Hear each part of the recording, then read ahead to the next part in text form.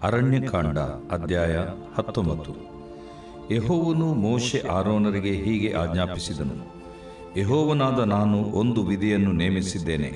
ಅದೇನೆಂದರೆ, ಎಂದೂ ನೊಗವನ್ನು ಹೊರದ ಮತ್ತು ಯಾವ ಕುಂದುಕೊರತೆಯೂ ಇಲ್ಲದ ಕೆಂದಾಕಳನ್ನು ನಿನಗೆ ತಂದುಕೊಡಬೇಕೆಂದು ಇಸ್ರಾಯೇಲ್ಯರಿಗೆ ಆಜ್ಞಾಪಿಸು. ಅದನ್ನು ನೀವು ಯಾಜಕನಾದ ಎಲ್ಲಾಜಾರನ ಕೈಗೆ ಒಪ್ಪಿಸಬೇಕು. ಅವನು ಅದನ್ನು ಪಾಳೆಯದ ಹೊರಗೆ ಹೊಡಿಸಿಕೊಂಡು ಹೋಗಿ ತನಗೆ ಎದುರಾಗಿಯೇ ಒಬ್ಬನ ಕೈಯಿಂದ ವಧೆ ಮಾಡಿಸಬೇಕು. ತರುವಾಯ ಅವನು ಅದರ ರಕ್ತದಲ್ಲಿ ಸ್ವಲ್ಪವನ್ನು ಬೆರಳಿನಿಂದ ದೇವದರ್ಶನದ ಗುಡಾರದ ಮುಂಭಾಗದ ಕಡೆಗೆ 7 ಸಾರಿ ಚಿಮುಕಿಸಬೇಕು. ಆಗ ಅವನು ಆ ಆಕಳನ್ನು ಚರ್ಮ, ಮಾಂಸ, ರಕ್ತ, ಕಲ್ಮಶಗಳು ಸಹಿತವಾಗಿ ತನ್ನ ಎದುರಿನಲ್ಲಿಯೇ ಸುಡಿಸಿಬಿಡಬೇಕು. ಯಾಜಕನು ದೇವದಾರು ಮರದ ಕಟ್ಟಿಗೆಯನ್ನು, ಹಿಸ್ಸೋಪ್ ಗಿಡದ ಬರಲನ್ನು, ರಕ್ತವರ್ಣವುಳ್ಳ ದಾರವನ್ನು ತೆಗೆದುಕೊಂಡು ಆ ಆಕಳನ್ನು ಸುಡುವ ಬೆಂಕಿಯಲ್ಲಿ ಹಾಕಬೇಕು. ಆ ಯಾಜಕನು ತನ್ನ ಬಟ್ಟೆಗಳನ್ನು ಒಗೆದುಕೊಂಡು ಸ್ನಾನ ಮಾಡಿದ ನಂತರ ಪಾಳೆಯದೊಳಗೆ ಬರಬಹುದು. ಆದರೆ ಆ ದಿನದ ಸಾಯಂಕಾಲದವರೆಗೆ ಅವನು ಅಶುದ್ಧನಾಗಿರಬೇಕು. ಆ ಆಕಳನ್ನು ಸುಟ್ಟವನು ತನ್ನ ಬಟ್ಟೆಗಳನ್ನು ಒಗೆದುಕೊಂಡು ಸ್ನಾನ ಮಾಡಿ ಆ ದಿನದ ಸಾಯಂಕಾಲದವರೆಗೆ ಅಶುದ್ಧನಾಗಿರಬೇಕು. ಮತ್ತು ಶುದ್ಧನಾದವನೊಬ್ಬನು ಆ ಆಕಳಿನ ಬೂದಿಯನ್ನು ಕೂಡಿಸಿ ಪಾಳೆಯದ ಹೊರಗೆ ಶುದ್ಧವಾದ ಸ್ಥಳದಲ್ಲಿ ಇಡಬೇಕು. ಅದನ್ನು ಇಸ್ರಾಯೇಲ್ಯರ ಸಮೂಹದವರ ಉಪಯೋಗಕ್ಕಾಗಿ ನೀವು ಜೋಪಾನ ಮಾಡಬೇಕು. ಅದು ಹೊಲೆಗಳೆವ ನೀರನ್ನು ಸಿದ್ಧಪಡಿಸುವುದಕ್ಕಾಗಿ ಅಲ್ಲೇ ಇಟ್ಟಿರಬೇಕು. ಅದು ದೋಷ ಪರಿಹಾರಕವಾದದ್ದು. ಆ ಬೂದಿಯನ್ನು ಕೂಡಿಸಿದವನು ತನ್ನ ಬಟ್ಟೆಗಳನ್ನು ಒಗೆದುಕೊಂಡು ಆ ದಿನದ ಸಾಯಂಕಾಲದವರೆಗೆ ಅಶುದ್ಧನಾಗಿರಬೇಕು. ಇದು ಇಸ್ರಾಯೇಲ್ಯರಿಗೂ ಅವರಲ್ಲಿ ಇಳುಕೊಂಡಿರುವ ಇತರರಿಗೂ ಶಾಶ್ವತ ನಿಯಮ. ಮನುಷ್ಯನ ಶವ ಸೋಂಕಿದವನು 7 ದಿನಗಳವರೆಗೆ ಅಶುದ್ಧನಾಗಿರಬೇಕು. 3ನೇ ದಿನದಲ್ಲಿ ಆ ಬೂದಿಯಿಂದ ದೋಷ ಪರಿಹಾರ ಮಾಡಿಕೊಂಡು 7ನೇ ದಿನದಲ್ಲಿ ಶುದ್ಧನಾಗುವನು. 3ನೇ ದಿನದಲ್ಲಿ ಅವನು ದೋಷ ಪರಿಹಾರ ಮಾಡಿಕೊಳ್ಳದೆ ಹೋದರೆ 7ನೇ ದಿನದಲ್ಲಿಯೂ ಶುದ್ಧನಾಗುವುದಿಲ್ಲ. ಮನುಷ್ಯನ ಶವ ಸೋಂಕಿದವನು ದೋಷ ಪರಿಹಾರವನ್ನು ಮಾಡಿಕೊಳ್ಳದೆ ಹೋದರೆ ಅವನು ಯೆಹೋವನ ಗುಡಾರವನ್ನು ಅಪವಿತ್ರಪಡಿಸುವವನಾದನು. ಅಂಥವನನ್ನು ಇಸ್ರಾಯೇಲ್ಯರಿಂದ ತೆಗೆದುಹಾಕಬೇಕು. ಹೊಲೆಗಳೆವ ನೀರನ್ನು ತನ್ನ ಮೇಲೆ ಚಿಮುಕಿಸಿಕೊಳ್ಳದೆ ಇರುವುದರಿಂದ ಅವನು ಅಶುದ್ಧನು. ಅವನಿಗುಂಟಾದ ಅಪವಿತ್ರತೆಯು ಇದ್ದೇ ಇರುವುದು. ಹೊಲೆಗಳೆವ ಕಟ್ಟಳೆ ಹೇಗೆಂದರೆ, ಯಾರಾದರೂ ಡೇರೆಯೊಳಗೆ ಸತ್ತ ಸಂದರ್ಭದಲ್ಲಿ ಆ ಡೇರೆಯಲ್ಲಿರುವವರೆಲ್ಲರೂ ಅದರೊಳಗೆ ಬರುವವರು 7 ದಿನಗಳವರೆಗೆ ಅಶುದ್ಧರಾಗಿರಬೇಕು. ಮತ್ತು ಮುಚ್ಚಳ ಹಾಕಿ ಕಟ್ಟದಿರುವ ಎಲ್ಲ ಪಾತ್ರೆಗಳು ಅಶುದ್ಧವಾಗಿರುವವು. ಬಯಲಿನಲ್ಲಿರುವ ಯಾವನಿಗಾದರೂ ಶಸ್ತ್ರಹತನ ಶವವಾಗಲಿ, ಬೇರೆ ಯಾವ ಮನುಷ್ಯ ಶವವಾಗಲಿ, ಮನುಷ್ಯನ ಎಲುಬಾಗಲಿ, ಸಮಾಧಿಯಾಗಲಿ ಸೋಂಕಿದರೆ ಅವನು 7 ದಿನಗಳವರೆಗೆ ಅಶುದ್ಧನಾಗಿರಬೇಕು. ಅಂಥ ಅಶುದ್ಧನಾದವನನ್ನು ಪವಿತ್ರಪಡಿಸಬೇಕಾದರೆ ದೋಷ ಪರಿಹಾರಕವಾದ ಬೂದಿಯಲ್ಲಿ ಸ್ವಲ್ಪವನ್ನು ಪಾತ್ರೆಯಲ್ಲಿ ಇಟ್ಟು ಅದರ ಮೇಲೆ ಸೆಲೆ ನೀರನ್ನು ಹಾಕಬೇಕು. ಆಗ ಶುದ್ಧನಾದವನೊಬ್ಬನು ಆ ನೀರನ್ನು ಹಿಸ್ಸೋಪ್ ಗಿಡದ ಬರಲಿಂದ ಮನುಷ್ಯನು ಸತ್ತ ಆ ಡೇರೆಯ ಮೇಲೂ ಅದರಲ್ಲಿದ್ದ ಸಾಮಾನುಗಳ ಮತ್ತು ಮನುಷ್ಯರ ಮೇಲೂ ಚಿಮುಕಿಸಬೇಕು. ಹಾಗೆಯೇ ಎಲುಬಾಗಲಿ, ಹತನಾದವನ ಅಥವಾ ಬೇರೆ ಮನುಷ್ಯನ ಶವವಾಗಲಿ, ಸಮಾಧಿಯಾಗಲಿ ಯಾವನಿಗೆ ಸೋಂಕಿತೋ ಅವನ ಮೇಲೆಯೂ ಚಿಮುಕಿಸಬೇಕು. ಅವನು 3ನೆಯ ದಿನದಲ್ಲಿಯೂ 7ನೇ ದಿನದಲ್ಲಿಯೂ ಅಶುದ್ಧನಾದವನ ಮೇಲೆ ಅದನ್ನು ಚಿಮುಕಿಸಬೇಕು. ಅಶುದ್ಧನಾದವನು 7ನೇ ದಿನದಲ್ಲಿ ದೋಷ ಪರಿಹಾರ ಹೊಂದಿದವನಾಗಿ ತನ್ನ ಬಟ್ಟೆಗಳನ್ನು ಒಗೆದುಕೊಂಡು ಸ್ನಾನ ಮಾಡಿ ಸಾಯಂಕಾಲದಲ್ಲಿ ಶುದ್ಧನಾಗುವನು. ಅಶುದ್ಧನಾಗಿ ದೋಷ ಪರಿಹಾರ ಮಾಡಿಕೊಳ್ಳದವನು ಯೆಹೋವನ ದೇವಸ್ಥಾನವನ್ನು ಅಪವಿತ್ರಪಡಿಸಿದ ಕಾರಣ ಸಭೆಯಿಂದ ತೆಗೆಯಲ್ಪಡಬೇಕು. ಹೊಲೆಗಳೆವ ನೀರನ್ನು ತನ್ನ ಮೇಲೆ ಚಿಮುಕಿಸಿಕೊಳ್ಳದೆ ಹೋದದ್ದರಿಂದ ಅವನು ಅಶುದ್ಧನೇ. ಇದು ಇಸ್ರಾಯೇಲ್ಯರಿಗೆ ಶಾಶ್ವತ ನಿಯಮ. ಹೊಲೆಗಳೆವ ಆ ನೀರನ್ನು ಚಿಮುಕಿಸಿದವನು ತನ್ನ ಬಟ್ಟೆಗಳನ್ನು ಒಗೆದುಕೊಳ್ಳಬೇಕು. ಮತ್ತು ಆ ನೀರು ಯಾರಿಗೆ ಸೋಂಕಿತೋ ಅವನು ಆ ದಿನದ ಸಾಯಂಕಾಲದವರೆಗೆ ಅಶುದ್ಧನಾಗಿರಬೇಕು. ಅಶುದ್ಧನಿಗೆ ಸೋಂಕಿದ ವಸ್ತು ಯಾವುದೇ ಆಗಲಿ ಅಶುದ್ಧವೆಂದು ನೀವು ತಿಳಿದುಕೊಳ್ಳಬೇಕು. ಅದು ಯಾರಿಗೆ ಸೋಂಕಿತೋ ಅವನು ಆ ದಿನದ ಸಾಯಂಕಾಲದವರೆಗೆ ಅಶುದ್ಧನಾಗಿರಬೇಕು. ದೇವರು ಪ್ರೀತಿಸುವ ಪ್ರೀತಿಯ ಬಿಗ್ ಜೆ ಟಿ ವಿ ವೀಕ್ಷಕರಿಗೆ ನಮ್ಮ ಕರ್ತನಾದ ಯೇಸು ಕ್ರಿಸ್ತನ ಹೆಸರಿನಲ್ಲಿ ಸ್ವಾಗತ ಬಯಸ್ತೇವೆ. ಬನ್ನಿರಿ, ಇಂದು ದೇವರ ವಾಕ್ಯವನ್ನು ಒಟ್ಟಾಗಿ ನಾವು ಅಧ್ಯಯನ ಮಾಡಿಕೊಳ್ಳೋಣ. ಇಂದಿನ ಅಧ್ಯಯನ ಅರಣ್ಯಕಾಂಡ 19ನೇ ಅಧ್ಯಾಯ, the book of numbers chapter 19. 18ನೇ ಅಧ್ಯಾಯದಲ್ಲಿ ದೇವರು ತನ್ನ ಸೇವಕರ ವಿಷಯದಲ್ಲಿ ನಿನಗೆ ಎಂಬುದಾಗಿ ಸೇವಕರ ಅಭಿವೃದ್ಧಿಯಲ್ಲಿ, ಸೇವಕರ ಜೀವನದಲ್ಲಿ ದೇವರ ಸೇವೆಯನ್ನು ಮಾಡುವವರ ಅವಶ್ಯಕತೆಗಳ ಬಗ್ಗೆ, ದೇವರ ಸೇವಕರ ಪಾಲಿನ ಬಗ್ಗೆ, ಅವ್ರಿಗೆ ಎಂಥ ಪಾಲು ಬರಬೇಕು, ಅವ್ರಿಗೇನು ಸಿಗಬೇಕು ಅನ್ನುವಂಥ ವಿಷಯದ ಬಗ್ಗೆ ಕಾಳಜಿ ವಹಿಸಿ ದೇವರು ಒಂದು ನಿಯಮವನ್ನೇ, ಉದಾಹರಣೆಗೆ ಈ ದಶಮ ಭಾಗ ಕೊಡುವಂಥರ ವಿಷಯದಲ್ಲಿ ದೇವರು ಒಂದು ನಿಯಮವನ್ನೇ ಅಂದು ಅರಣ್ಯಕಾಂಡ 18ರಲ್ಲಿ ಈ ಯಾಜಕರಿಗೆ ಬೇಕಾದದ್ದನ್ನು ಸಂತತಿಯವರಿಗೂ, ಅವರ ಸಂತತಿಯವರಿಗೂ, ಅವರ ಮನೆಯವರಿಗೂ ಬೇಕಾದದ್ದನ್ನು ದೇವರು ಒದಗಿಸಿಕೊಟ್ಟಂಥದ್ರ ಬಗ್ಗೆ ನಾವು ನೋಡ್ತೇವೆ. ಅದೇ ಸಂದರ್ಭದಲ್ಲಿ ದೇವರು ಒಂದು ವಿಚಿತ್ರ ಮಾತನ್ನು ದೇವರ ಸೇವಕರಿಗೆ ಹೇಳುವಂಥದ್ದನ್ನು ನಾವು ನೋಡ್ತೇವೆ. ಪ್ರತ್ಯೇಕವಾಗಿ ಆರೋನನಿಗೆ ದೇವರು ಹೇಳಿದ್ದೇನಂತಾರೆ, ಇಸ್ರಾಯೇಲರ ದೇಶದಲ್ಲಿ ನಿನಗೆ ಸ್ವಂತಕ್ಕಾಗಿ ಭೂಮಿ ಇರಬಾರ್ದು, ಸ್ವಂತ ಭೂಮಿ ಇರಬಾರ್ದು, ಜಮೀನು ಇರಬಾರ್ದು. ಅರಣ್ಯಕಾಂಡ 18:20ರಲ್ಲಿ ಆ ಮಾತನ್ನು ಹೇಳಿಬಿಟ್ಟು ಅವರಿಗೆ ಸ್ವಂತಕ್ಕೆ ಒಂದು ಸೈಟ್ ತಗೋಬಾರ್ದು, ಒಂದು ಭೂಮಿ ಇರಬಾರ್ದು, ಅವರೊಂದಿಗೆ ನಿನಗೆ ಪಾಲು ಇರಬಾರ್ದು, ಜಮೀನು ಇರಬಾರ್ದು, ಅವರೊಂದಿಗೆ ಪಾಲು ಇರಬಾರ್ದಂತೆ. ಆ ಮಾತನ್ನು ದೇವರು ಹೇಳಿಬಿಟ್ಟು ಇನ್ನೊಂದು ದೊಡ್ಡ ಮಾತನ್ನು ದೇವರು ಹೇಳ್ತಾರೆ. ಅದೇನಂತ ಹೇಳಿದರೆ, ಇಸ್ರಾಯೇಲರ ಮಧ್ಯದಲ್ಲಿ ನಾನೇ ನಿನಗೆ ಪಾಲಾಗಿಯೂ ಸ್ವಾಸ್ಥ್ಯವಾಗಿಯೂ ಇರುವೇನೂ ಅಲ್ಲ. ಮುಂದೆ ಯೇಸು ಸ್ವಾಮಿ ಬಂದ ಮೇಲೆ, ಪರಲೋಕ ಹೋದ ಮೇಲೆ, ನಾನೇ ನಿನ್ನ ಪಾಲಾಗಿರ್ತೇನೆ, ನಾನೇ ನಿನ್ನ ಸ್ವಾಸ್ಥ್ಯವಾಗಿರ್ತೇನೆ ಎಂಬುದಾಗಿ ಹೇಳಿಲ್ಲ. ದೇವರು ಈ ಮಾತನ್ನು ಹೇಳಿದಾಗ ಈಗ ವರ್ತಮಾನ ಕಾಲದಲ್ಲಿ ನಾನು ನಿನಗೆ ಪಾಲಾಗಿದ್ದೇನೆ, ಸ್ವಾಸ್ಥ್ಯವಾಗಿದ್ದೇನೆ ಅಂತ ಹೇಳ್ಬಿಟ್ಟು ಆರೋನನಿಗೆ ದೇವರು ಹೇಳ್ತಾನೆ ರೀ. ಮತ್ತು ಅದೇ ರೀತಿಯಾಗಿ ಅದನ್ನು ಪ್ರಾಕ್ಟಿಕಲ್ ಆಗಿ ರುಜುಪಡಿಸುವಂಥ 21ನೇ ವಚನದಲ್ಲಿ ದೇವರು 10ನೇ ಪಾಲನ್ನು ಗೊತ್ತು ಮಾಡಿದ್ದೇನೆ ಎಂಬುದಾಗಿ ಹೇಳ್ತಾರೆ. ಮತ್ತು ದೇವರ ಸೇವಕರಿಗಿರ್ತಕ್ಕಂಥ ಕೆಲವು ಸೌಲಭ್ಯಗಳನ್ನು ದೇವರು 18ನೇ ಅಧ್ಯಾಯದಲ್ಲಿ ಹೇಳಿಬಿಟ್ಟು 19ನೇ ಅಧ್ಯಾಯಕ್ಕೆ ನಾವು ಬಂದಾಗ ಒಂದು ಪದ ಮತ್ತೆ ಅಥವಾ ಎರಡು ಪದ ಮತ್ತೆ ಬರುವಂಥದ್ದನ್ನು ಈ 19ನೇ ಅಧ್ಯಾಯದ 22 ವಚನಗಳಲ್ಲಿ ನಾವು ನೋಡಿಕೊಳ್ತೇವೆ. ಒಂದು ಏನಂದರೆ ಅಶುದ್ಧ ಎಂಬ ಪದ ರಿಪೀಟ್ ಆಗಿರುವಂಥದ್ದನ್ನು ನಾವು ನೋಡ್ತೇವೆ. ಉದಾಹರಣೆಗೆ 7ನೇ ವಚನ ಅಶುದ್ಧನು, 8ನೇ ವಚನ ಅಶುದ್ಧ, ಮತ್ತು 10ನೇ ವಚನ ಅಶುದ್ಧನು, 13ನೇ ವಚನ ಅಶುದ್ಧನು, 14ನೇ ವಚನ ಅಶುದ್ಧನು, 16ನೇ ವಚನ ಅಶುದ್ಧನು.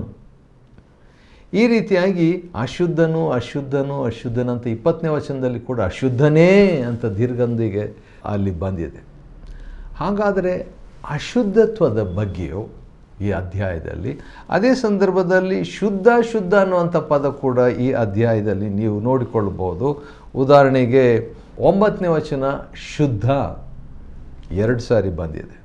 ಮತ್ತು ಹಾಗೆಯೇ ಮುಂದೆ ಹೋದರೆ ಶುದ್ಧ ಎಂಬ ಪದವನ್ನು ನೀವು 19ನೇ ವಚನದಲ್ಲಿ ಶುದ್ಧ ಅಥವಾ ಶುದ್ಧನಾಗುವನು ಎಂಬ ಪದವನ್ನು ಗಮನಿಸ್ಬೋದು.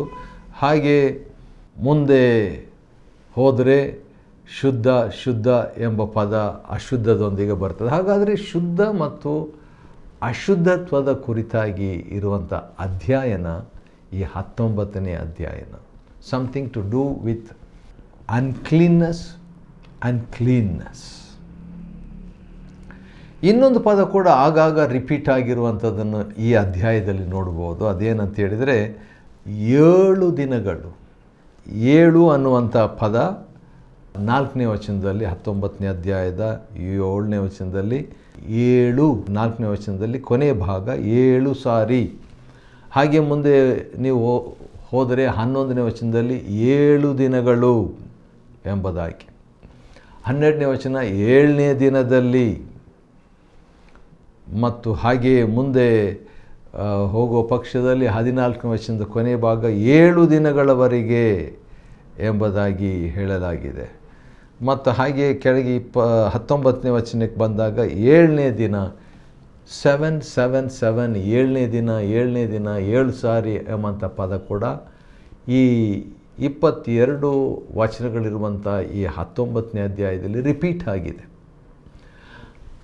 ಅದರೊಂದಿಗೆ 7ನೇ ದಿನದೊಂದಿಗೆ 3 ಎಂಬ ಪದ ಕೂಡ ರಿಪೀಟ್ ಆಗಿದೆ. ಅದನ್ನು ಕೂಡ ನಾನು ಒಂದೆರಡು ದೃಷ್ಟಾಂತವನ್ನು ಅಥವಾ ವಚನವನ್ನು ಆಧಾರವನ್ನು ನಿಮ್ಗೆ ಹೇಳ್ತೇನೆ. 12ನೇ ವಚನದಲ್ಲಿ 7ನೇ ದಿನ ಅಂತ ಹೇಳ್ಬಿಟ್ಟು ಈಗ 3ನೇ ದಿನ ಅಂತ ಬರೆದಿದೆ ರೀ, ಥರ್ಡ್ ಡೇ ಅಂತ ಹೇಳ್ಬಿಟ್ಟು. ಹಾಗೆ ನೀವು ಮುಂದೆ ಬಂದರೆ 19ನೇ ವಚನಕ್ಕೆ ನೀವು ಬರೋದಾದರೆ 3ನೇ ದಿನ ಎಂಬಂಥ ಮಾತು ಅಲ್ಲಿ ಕೂಡ ಬಂದಿದೆ.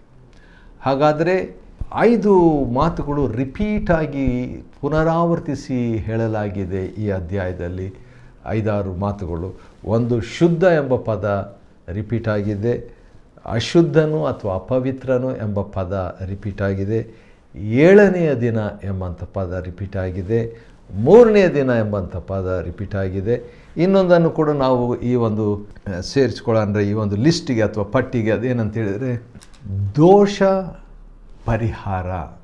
9ನೇ ವಚನದಲ್ಲಿ ದೋಷ ಪರಿಹಾರ.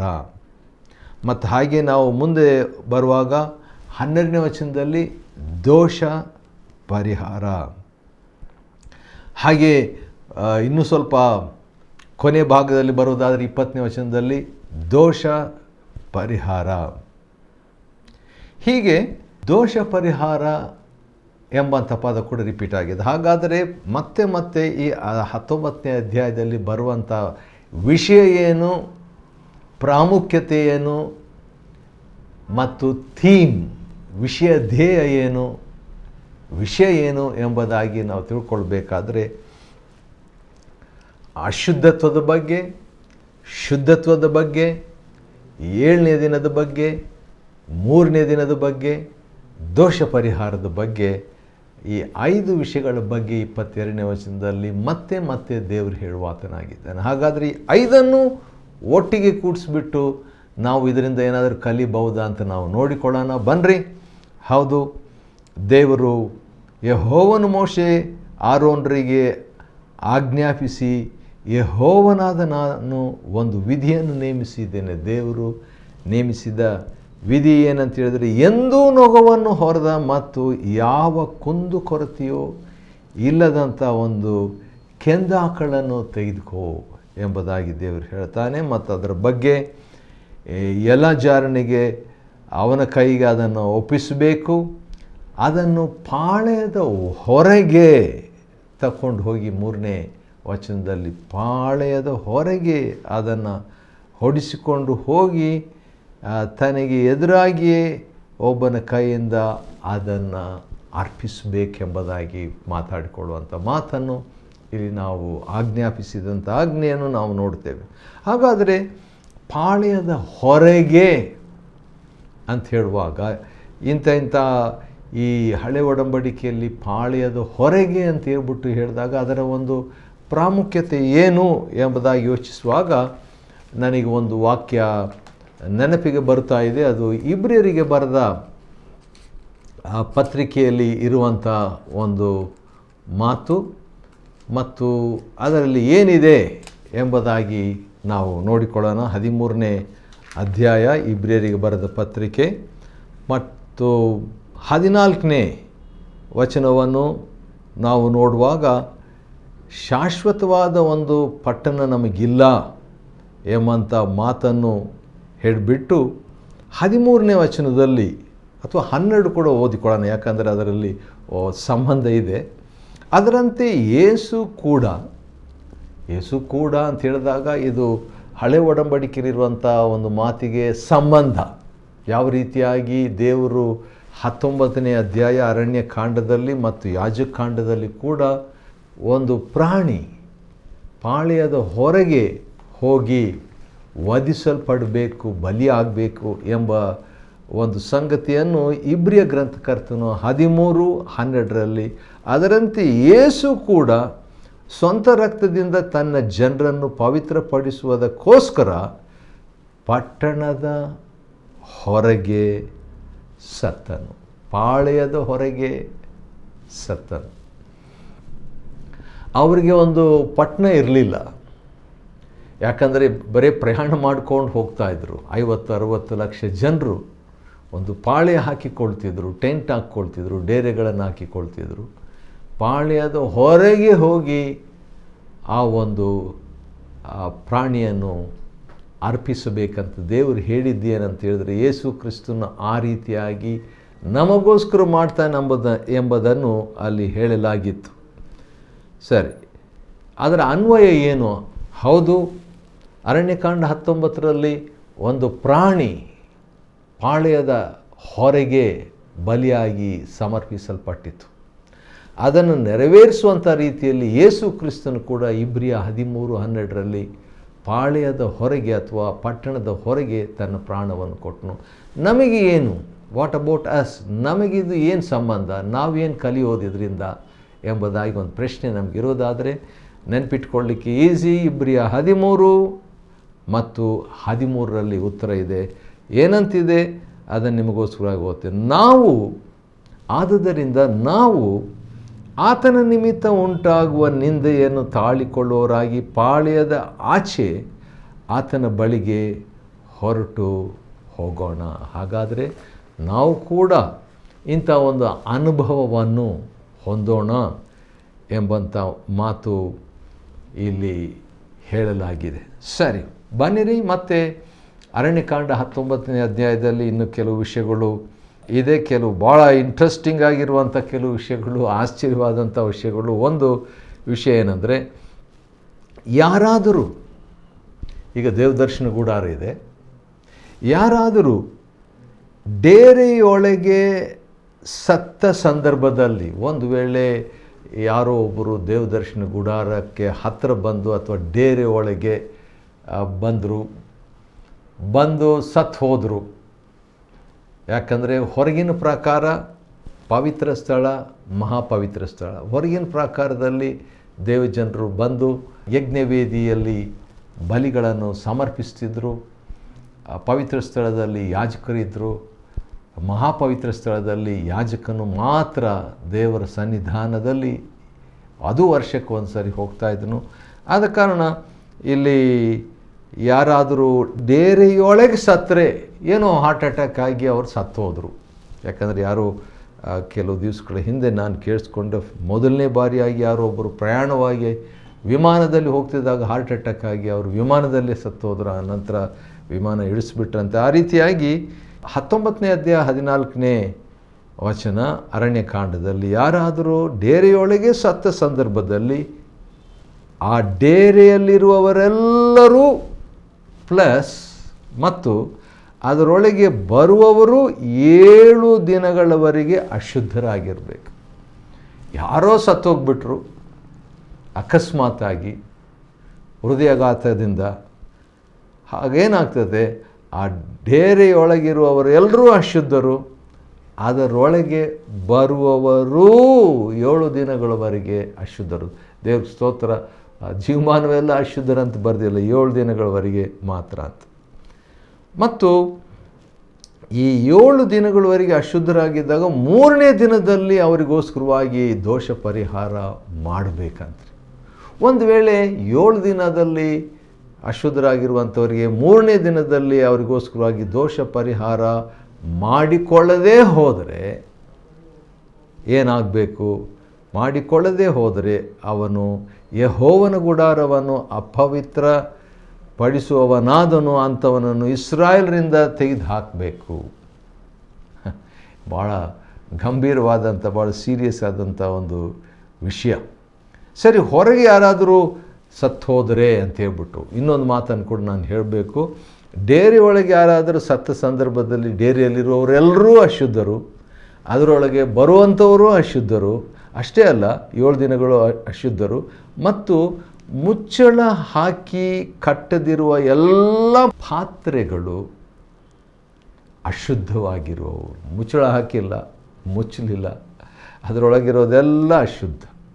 ಸರಿ, ಬೈಲಿನಲ್ಲಿರುವ ಯಾವನಿಗಾದರೂ ಏನಾದರೂ ಶಸ್ತ್ರಹತನ ಒಂದು ಶವವಾಗಲಿ, ಬೇರೆ ಯಾವ ಮನುಷ್ಯ ಶವವಾಗಲಿ, ಎಲುಬಾಗಲಿ ಸಮಾಧಿಯಲ್ಲಿ ಸೋಂಕಿದರೆ ಅವನು ಕೂಡ 7 ದಿವಸ ಅಶುದ್ಧನಾಗಿರಬೇಕು. ಮತ್ತು ಅಶುದ್ಧನಾಗಿ ದೋಷ ಪರಿಹಾರ ಮಾಡಿಕೋಬೇಕು. ಮಾಡಿಕೊಳ್ಳದವನು 20ನೇ ವಚನ, ಯೆಹೋವನ ದೇವಸ್ಥಾನವನ್ನು ಅಪವಿತ್ರಪಡಿಸಿದ ಕಾರಣ ಸಭೆಯಿಂದ ಅಂಥವನನ್ನು ತೆಗೆಯಲ್ಪಡಬೇಕು. ಹೊಲೆಗಳೆಯುವ ನೀರನ್ನು ತನ್ನ ಮೇಲೆ ಚಿಮುಕಿಸಿಕೊಳ್ಳದೇ ಯಾರಾದರೂ ಹೋಗಿಬಿಟ್ರೆ ಅವನು ಕೂಡ ಅಶುದ್ಧನೇ. ಯಾಕೆ ನಾನು ಆ ನೀರನ್ನು ಚಿಮುಕಿಸ್ಕೋಬೇಕು ಅಂತ ಹೇಳಿಬಿಟ್ರೆ ಅವನು ಕೂಡ. ಆದರೆ ಒಂದು ಮಾತೇನೆಂದರೆ, ಸಾಯಂಕಾಲದವರೆಗೆ ಅಶುದ್ಧನು ಅಂಥವನು. ಅನಂತರ ಅವನ ಅಶುದ್ಧತ್ವ ಹೋಗಿ ಶುದ್ಧನಾದಂಥ ವ್ಯಕ್ತಿಯಾಗುವ ಸಾಧ್ಯತೆ. ಇವುಗಳನ್ನೆಲ್ಲ ದೇವರು ಹೇಳುವಾಗ ನನಗೆ ಒಂದು ವಾಕ್ಯ ಬೈಬಲ್ನಲ್ಲಿ ಹೊಸ ಒಡಂಬಡಿಕೆಯಲ್ಲಿ ನೆನಪಿಗೆ ಬರ್ತದೆ. ಪ್ರಿಯ ವೀಕ್ಷಕರೇ, ನಿಮಗೋಸ್ಕರವಾಗಿ ಅದನ್ನು ಓದಲಿಕ್ಕೆ ಇಷ್ಟಪಡ್ತೇನೆ. 2ನೇ ಕೊರಿಂಥದವರಿಗೆ ಬರೆದ ಪತ್ರಿಕೆಯಲ್ಲಿ 7ನೇ ಅಧ್ಯಾಯ 7 ಅಂತ ಹೇಳ್ಬಿಟ್ಟು 7 ಸಾರಿ ಚಿಮುಕಿಸಬೇಕು ಅಂತ ಹೇಳ್ಬಿಟ್ಟು ಇಲ್ಲಿ ಬರೆದಿದೆಯಲ್ವಾ. ಮತ್ತು 7ನೇ ದಿನದವರೆಗೆ ಅಶುದ್ಧನಂತಿರಬೇಕಲ್ಲ. ಆದ ಕಾರಣ 7ನೇ ಅಧ್ಯಾಯದಲ್ಲಿ ಒಂದು ವಾಕ್ಯ ಪ್ರಿಯ ವೀಕ್ಷಕರಿಗಾಗಿ ನಾನು ಓದ್ತೇನೆ. ಪ್ರಿಯರೇ, 7:1 2ನೇ ಕೊರಿಂಥ 7ನೇ ಅಧ್ಯಾಯ 1ನೇ ವಚನ. ಪ್ರಿಯರೇ, ಈ ವಾಗ್ದಾನಗಳು ನಮಗಿರುವುದರಿಂದ, ಅಂದರೆ ಹೊಸ ಒಡಂಬಡಿಕೆ ವಾಗ್ದಾನಗಳು ನಮಗಿರುವುದರಿಂದ ನಾವು ಶರೀರಾತ್ಮಗಳ ಕಲ್ಮಶವನ್ನು ತೊಲಗಿಸಿ ನಮ್ಮನ್ನು ಶುಚಿ ಮಾಡಿಕೊಂಡು ದೇವರ ಭಯದಿಂದ ಕೂಡಿದವರಾಗಿ ಪವಿತ್ರತ್ವವನ್ನು ಸಿದ್ಧಿಗೆ ತರುವುದಕ್ಕೆ ಪ್ರಯತ್ನಿಸೋಣ. ಪವಿತ್ರತ್ವ ಸಿದ್ಧಿಗೆ ತರುವುದಕ್ಕಾಗಿ ಪ್ರಯತ್ನಿಸೋಣ. ಆದ ಕಾರಣ ಆ ಒಂದು ಮಾತು ಹೇಳಿ ನಾನು ಮುಗಿಸ್ಲಿಕ್ಕೆ ಇಷ್ಟಪಡ್ತೇನೆ. ಅರಣ್ಯಕಾಂಡ 19ನೇ ಅಧ್ಯಾಯವನ್ನು ಅಧ್ಯಯನ ಮಾಡಿಕೊಳ್ಳುವಂತೆ ದೇವರು ನಮಗೆ ಸಹಾಯ ಮಾಡಿದ್ದಕ್ಕಾಗಿ ದೇವರಿಗೆ ಸ್ತೋತ್ರವಾಗಲಿ. ದೇವರು ನಿಮ್ಮನ್ನು ಆಶೀರ್ವದಿಸಲಿ.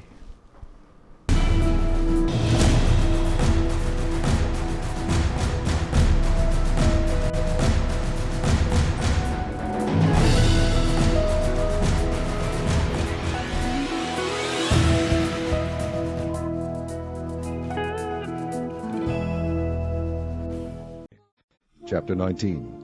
And the Lord spake unto Moses and unto Aaron, saying, This is the ordinance of the law which the Lord hath commanded, saying, Speak unto the children of Israel, that they bring thee a red heifer without spot, wherein is no blemish, and upon which never came yoke.